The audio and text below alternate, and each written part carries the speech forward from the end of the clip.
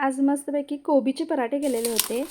हिरवागार कोबी घेतलेला आहे, त्याची वरची पानं आहेत ना ती सगळी काढून घेतलेली आहेत। त्यानंतर तो स्वच्छ धुवून घेतलेला आहे।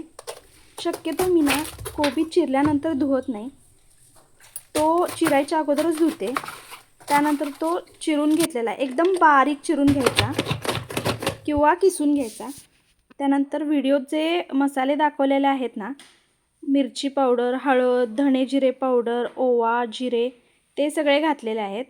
त्यानंतर लसूण आणि मिरचीची पेस्ट घातलेली आहे, कोथिंबीर भरपूर घातलेली आहे, मीठ घातलेलं आहे आणि ते चांगलं सगळं मिक्स करून घेतलेलं आहे, बघू शकता तुम्ही।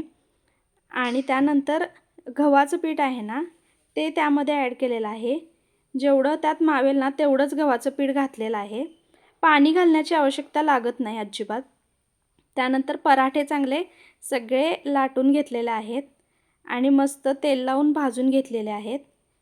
दह्यासोबत किंवा खरड्यासोबत पराठे एकदम मस्त लागतात, चविष्ट लागतात।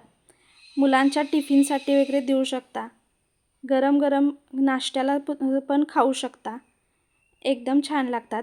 आणि माझा जर व्हिडिओ आवडत असतील तर प्लीज लाईक करा, शेअर करा, कमेंट करा आणि चॅनलला अजून सबस्क्राईब केलं नसेल तर सबस्क्राईब करून घ्या।